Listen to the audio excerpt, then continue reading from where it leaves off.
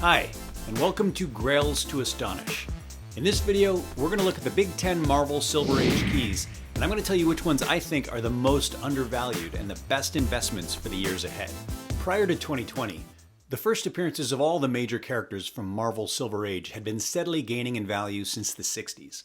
For as long as there have been price guides and conventions, a few select key books have grown at a healthy rate of 10 to 15% each year. And in that whole time, they rarely ever went down in price. Issue 2, Issue 3, Issue 79, those stayed pretty flat, but the Grail books always went up. So if you had the extra money lying around, you could buy one of those books, hang it on the wall, away from sunlight and humidity, and know that if you ever needed to turn it back into cash, you could. Then the pandemic hit. We all spent a year locked inside staring at our laptops, and we went a little crazy. A lot of us paid silly prices for vintage comics at auction, and the growth curve for not just Grails, but all books suddenly went up and up and up in a way no one had ever seen before. A first appearance of Ghost Rider that had barely cracked $10,000 at the highest grade suddenly went for $264,000. That's how crazy we got. Then the pandemic wound down, we went outside again, the comic investment bubble burst, and prices have been falling steadily ever since. The pandemic boom has now been erased. Some comics are back to 2019 prices, and we're all waiting to see if the market has hit bottom. Maybe it has, and maybe it hasn't, but I'm not actually going to talk about that in this video. What I want to look at is which of those major investment books I think are valued too high or too low compared to all the others, so that anyone who's thinking of buying while the market is down can put their money into a book that's poised not just to bounce back, but to go up at an even higher rate than the others. Now, the data I'm using to analyze these books comes from the CGC census. I'm looking at graded books only, and I'm getting my price points from the current Go Collect fair market value estimates, which pulls primarily from auction sales at Heritage and Comic Connect, as well as on eBay. A lot of people use GP analysis, and I think that site is great, but Go Collect is a little easier to use, especially when you're crunching a lot of data. Of course, fair market values are an imperfect measure of what a book should sell for. They go up and down based on irrational purchasing behavior, and they don't always make sense. But they're pretty reliable for the high-value books I'm talking about here. Anyway, by combining census numbers with fair market values, I can generate a market cap for each book. And what I mean when I say market cap is the total theoretical amount it would take to purchase every single existing graded copy of a specific book at every grade. In the stock market, the market cap is the total value of all outstanding shares at current price, which gives you more of an apples-to-apples sense of a company's value. This is the same idea, but for comics. For example, if we're talking about Fantastic Four number 48, The Coming of Galactus, there are over 8,000 copies graded between 0.5 and 9.8.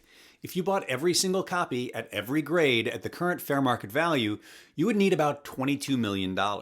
Obviously, if someone went and did that, the prices would go way, way, way up, but we're ignoring that and just looking at the prices as they are right now. So I'm going to go through the top 10 most iconic, most culturally impactful, and not coincidentally, the most valuable Marvel Silver Age books. But I'm not going to work my way up from the bottom like everyone does when they make top 10 lists, and the reason why is because there aren't really any surprises at the top. We know the most valuable books. It gets more interesting as we go down. So what's the number one? Say it with me. Amazing Fantasy 15, the first appearance of Spider-Man. You know the cover, it's burned into our brains. It's tough to get your hands on at any grade. Someone is always going to bid it up at the last minute, because we all know it's going to remain valuable for a long, long time. Kids are going to know who Spider-Man is after we're all dead and buried. And when you see a copy of Amazing Fantasy 15 right in front of you, you know you're looking at something very special and valuable. That said, it's not the rarest Marvel key. There are over 2,600 graded copies in circulation. But demand is, and always has been, sky high for this book. The current total market cap is $138 million. That means the average cost of owning a copy across all grades is about $53,000. That should get you about a 5.0 right now, and that's a steep discount compared to 3 years ago when a buyer paid $84,000 to Heritage to own a 5.0. In high grade, this book broke all the records in 2021 when someone paid $3.6 million for a 9.6 copy. It was at the time the most anyone had ever paid for any comic. Superman has since reclaimed the top spot with the recent $6 million sale of Action Comics number 1, but Action 1 is a book from 1938 with only 81 graded copies in existence. It is crazy that AF-15, a vastly more common book, is in the same league. Is it overvalued? Well, no other Marvel book from that era comes close, but no other book should. Spider-Man is massively important to so many people, and his relevance has been enhanced by the successful reinventions that have broadened and updated the character. I don't think Amazing Fantasy 15 is overvalued. It's not down as much as other books, but I think it'll start going back up soon, and in 10 years, 20 years, 50 years, I think people will still care about Spider-Man and it will remain a good investment. So let's move on to number 2 on this list, and this one might come as a surprise if you're thinking about which books fetch the highest prices. This one doesn't go for as much because it's not very scarce. There are almost 5,000 graded copies. It's almost twice as common as Amazing Fantasy 15, but people still pay high prices for it because it has huge cultural importance, especially these days for people who grew up in the 80s and 90s and now have money to spend. I'm talking about X-Men number 1, Ground Zero for Mutants, the first appearance of the original 5 X-Men as well as Professor X and Magneto. Even at the highest grades, X-Men 1 hasn't started fetching really high prices. I can't find any sale yet that puts it in the $1 million club, but I don't think it'll be long before that happens. It's a classic cover. Maybe not quite as striking as Amazing Fantasy 15 because it's busier, there's a lot more going on, but we all know it well. Honestly, as classic Kirby covers go, this one is really kind of a hot mess. It's pretty obvious Jack was on deadline when he drew this and wasn't really able to think through his layout. We've got Angel coming in with what looks like a bazooka on his shoulder. A lot of people think it's a metal pipe, but the guy he's attacking controls metal with his mind, so either way, bad idea. Beast isn't doing much better. He's coming in on a flying trapeze that I guess he somehow rigged up in advance, which is also made of metal. Stage 2 of his plan is unclear, but seems to involve scaring Magneto away with his enormous bare feet. Meanwhile, Iceman is just hurling snowballs that are somehow hitting Magneto in the back, and Marvel Girl looks like maybe she stood up too fast. The only X-Men really staging any kind of meaningful attack is Cyclops. He's pushing through Magneto's mushy jello mold force field with his optic blast, but he can't resist also patting it with his hand. Like I said, there's a lot going on and it doesn't all make sense, but we love it. The market cap for X-Men 1 is $72 million. The average price across all grades is about $15,000, and that'll get you better than a 5.0 right now. It'll get you a 5.5 or maybe even a 6.0, but I doubt that'll be true for very long. The X-Men have a bright future ahead of them in the MCU. Everybody knows it, and there are tons of buyers out there looking for a copy. I think it's a great buy right now, and these characters will be remembered for decades to come. Book number 3 shouldn't be a big surprise either. It wasn't in first or second place, so you know it's coming. Fantastic Four number 1. It's the first Marvel Silver Age comic and the beginning of the Marvel Universe as we know it. Another classic Kirby cover, and this one is scarce, largely because it was totally new and unexpected. Even after half a century of collectors pouring through garage sales and basement storage boxes, there are only a little over 2,000 graded copies. The market cap for this book is $54 million. The average value across all grades is about $26,000, and right now that will get you a 5.0 copy, right in the middle. Is it valued where it should be relative to the other 2 books we've looked at? I'd say yes. The Fantastic Four has been quiet these last 15 years, aside from a movie that isn't worth mentioning, while the MCU has flourished without them. But we've known for years now that they were coming back into the fold, and it seems likely the upcoming movie will be a huge success and lead to more films, with the Fantastic Four becoming an integral part of the MCU moving forward. That said, I think the debuts of Spider-Man and the X-Men should still be valued higher, no question. But given its scarcity and cultural importance, I think the market has actually valued this book just right. I think it'll keep going up, people will still care about it decades from now, a very good investment. Book number 4 I love, but I don't think it deserves to be where it is, and I think a lot of people agree with me because it's been sliding in value quickly since the pandemic bubble burst. Amazing Spider-Man number 1 is a first issue, and it's tied with FF number 12 for being the first Marvel crossover of the Silver Age. But it's not the first appearance of Spider-Man or the Fantastic Four. It's the second appearance of Spider-Man and the first appearance of the Chameleon, who barely registers as a blip in Spider-Man's rogues gallery of villains because he's not all that interesting. The Chameleon puts on disguises. Okay, so he's sneaky. That's not as cool as having tentacle arms or being made out of sand. And he didn't even make it onto the cover. The story has Spider-Man breaking into the Fantastic Four's headquarters. They briefly trap Spider-Man in a big glass cylinder, which leads to this kind of confusing cover where you don't immediately understand what's going on. It's familiar because we've all seen it a bunch, but as a work of pop art, it's certainly no Amazing Fantasy 15. The market cap on this book is $49 million, a little more than a third of AF-15's market cap, but I don't think it should even be worth that. I think 1/4 might be more appropriate. It's not a rare book, there are almost 3,600 graded copies, which means the average across all grades is about 14,000, and a 5.0 copy is barely holding on at that price right now. I think it might drop further, or at least go up more slowly than the other books. Book number 5 will not be a surprise to any longtime collectors. Hulk number 1. Yet another classic Kirby cover, arguably as striking and iconic as Amazing Fantasy 15. Maybe not quite as much, but close. Of course, it features the original gray-skinned Hulk, which was soon changed to green because it was really hard back then to balance the intensity of the cyan, magenta, and yellow inks during the printing process. Hulk looked gray on one page, blue on the next, and green on the one after. By issue 2, they decided green looked best, and the rest is history.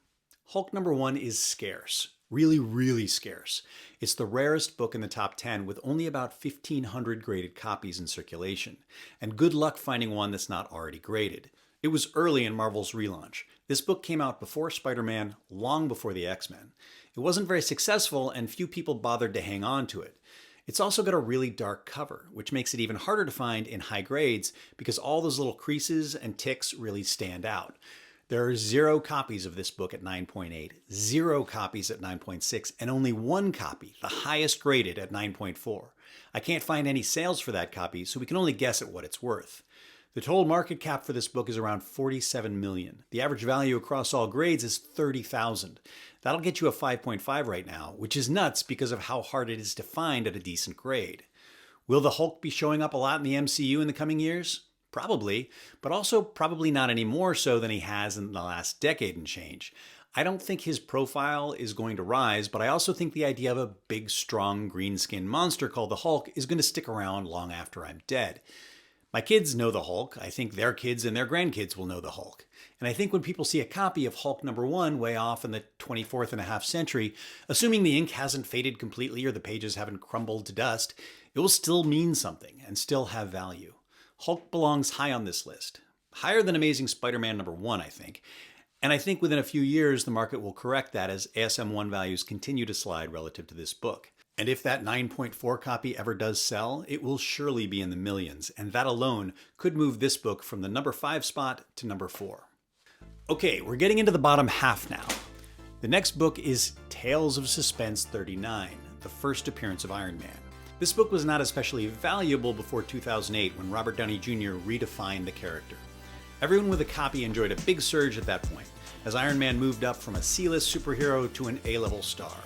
We all know that ride is over.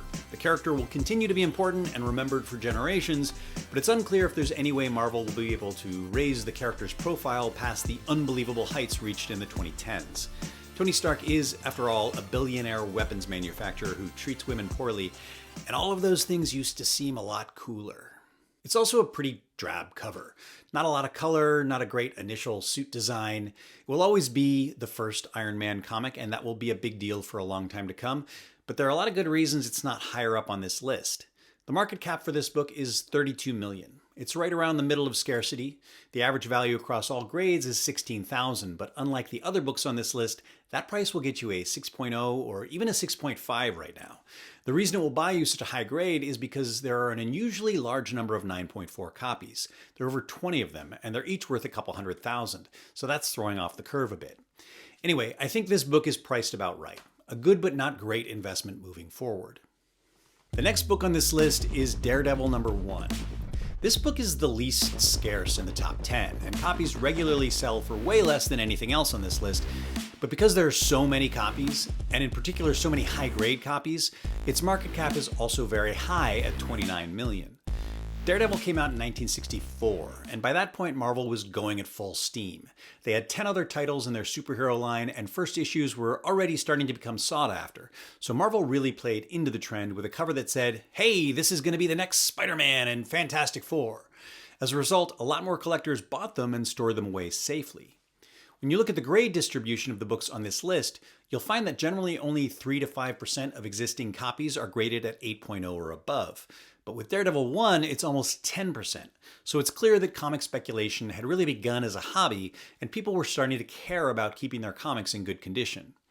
As for the significance of this book, Daredevil barely hung on through the 60s and 70s and is mainly remembered for Frank Miller's groundbreaking run in the 80s. A lot of what makes this character interesting was added decades later, unlike the aforementioned Spider-Man and Fantastic Four, where you could really see what clicks about those characters from the very beginning. And personally, I am not a fan of the cover. It's busy and a little bit desperate in the way it leans on other characters. At a glance, Spider-Man actually looks more prominent than Daredevil. It's just not in that pantheon of images that signify the beginning of Marvel.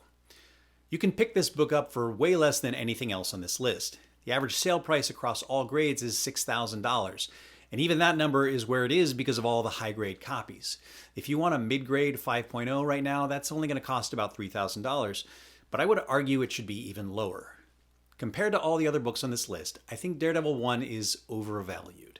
The prices have dropped by more than half in the last few years, but I don't think they'll recover as well as the others. This is the only book on this list I'm going to call a bad investment. Moving on to book number 8, we have Journey into Mystery 83, the first appearance of Thor. This book is in a very similar place to Tales of Suspense 39.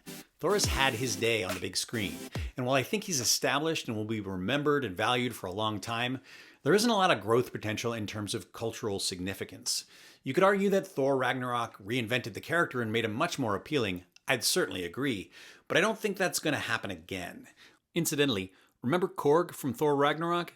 That's him and his brothers on the cover of Thor's first appearance. Back then they were known as the Stone Men from Saturn. We will probably see more of Chris Hemsworth's Thor in the years ahead, but I don't think the character is likely to get more popular than he already has. This book is pretty scarce. In fact, only Hulk number 1 is harder to find. It has a market cap of $25 million, and the average copy will cost about $15,000. Just like the first Iron Man, I think this book is a good but not great investment. Now we're finally getting to the books I think have a lot of potential. I've asked so many dealers and collectors over the years why Avengers number 1 doesn't sell at higher prices. The reason I hear most often is that it doesn't have any first appearances. Fair enough. First appearances are a big thing with collectors. You've got your Hulk 181s with Wolverine, your ASM 129s with the Punisher, and ASM 300 with Venom. We put value on the first time a major character shows up, and the original 5 Avengers, Hulk, Thor, Iron Man, Ant-Man, and the Wasp, had all just debuted in their own books. But I think the market dings this book way too harshly for that and takes for granted that it's really the first time a mix of characters were brought together in a major way. Yes, Hulk and Spidey each had their crossovers with the Fantastic Four, but Avengers was a whole ongoing series built around the idea of a shared universe. And 60 years later, that idea is really at the core of Marvel's ongoing appeal. And I'll take it a step further and say that I think valuing first appearances over everything else is one of those old-timey quirks of the hobby that will diminish in importance as time goes on in favor of stories and concepts. Once again, I'm talking about how these books will be perceived when we're all dead and gone. The Avengers is a big deal to kids who grew up in the 2010s. Seeing this classic cover with all the characters lined up against Loki, this is Avengers number 1. Is someone who grew up watching the MCU movies going to want to pay more for Tales of Suspense 39 or Journey into Mystery 83? I don't think so. I think this book is way undervalued. It has a market cap of just $21 million, less than half the value of Hulk number 1. It's not very scarce, so the average value across all grades is about $5,000. And trust me when I say you can find it for less than that right now. I think this book will go way up relative to the other books on this list. I wouldn't place it above Hulk 1, but I think it will someday exceed Tales of Suspense in market cap value. The last book on this list is a bit of a wild card. It could have been the first appearance of Doctor Strange in Strange Tales 110. It could have been the first appearance of Henry Pym in Tales to Astonish 27, or his first appearance as Ant-Man in issue 35. It could have been, and maybe should have been, the return of Captain America in Avengers number 4, but the bottom has fallen out on that book for some reason, and its market cap is in the gutter. It isn't any of those books because none of them have a market cap that comes anywhere near Fantastic Four number 5, the first appearance of Doctor Doom. This book differs from all the other books on this list because it's the only first appearance of a villain. But it isn't just any villain. Doctor Doom is the biggest and most important supervillain in Marvel Comics. He's also the first, unless you want to count Red Skull from the 40s, which I wouldn't. Doctor Doom was created very early in the Marvel Universe, predating the debut of Spider-Man. For that reason, this book is very scarce. There are actually fewer graded copies of this book than there are of Fantastic Four number 1.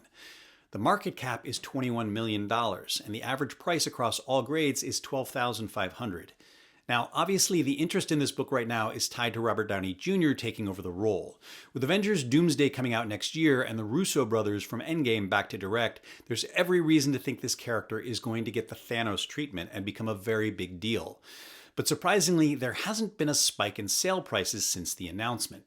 The value of FF number 5 has actually gone down since the Robert Downey Jr. announcement. A 6.5 copy sold for $18,000 in 2023. And the only 6.5 sold since the Comic-Con reveal went for $14,500. On the higher end, a 9.2 copy sold for $180,000 on Heritage in 2022. And 2 years later, after the movie announcement, the very same copy sold again on Heritage for $132,000. It would seem the overall downward market forces are weighing more heavily than the movie news, and that creates a great opportunity for buyers looking to invest. Not only is this book likely to bounce back when this market downturn ends, it's going to carry the added weight of featuring the lead character of a billion-dollar movie. I don't think FF5 is ever going to approach FF1 in value, but I think it could move up this list and possibly surpass Thor and Daredevil's first appearances. So, to boil it down, if you're looking to invest in high-value Marvel Silver Age comics, I'd suggest staying away from Spider-Man 1 and Daredevil 1 until prices drop to where they should be, and instead consider finding copies of Avengers 1 or Fantastic Four number 5. Here's the top 10 list as it exists right now based on market caps. And here's where I think things may land in a few years given current trends and long-term prospects for Avengers 1 and FF5. Once again, almost all the books on this list are solid investments, but I think those two have the greatest growth potential relative to the others. Am I way off? Am I forgetting something? Tell me what I got wrong in the comments. Or you could ignore everything I said and just buy what you love, because you can't go wrong doing that. That's all I've got for now. Thanks for watching.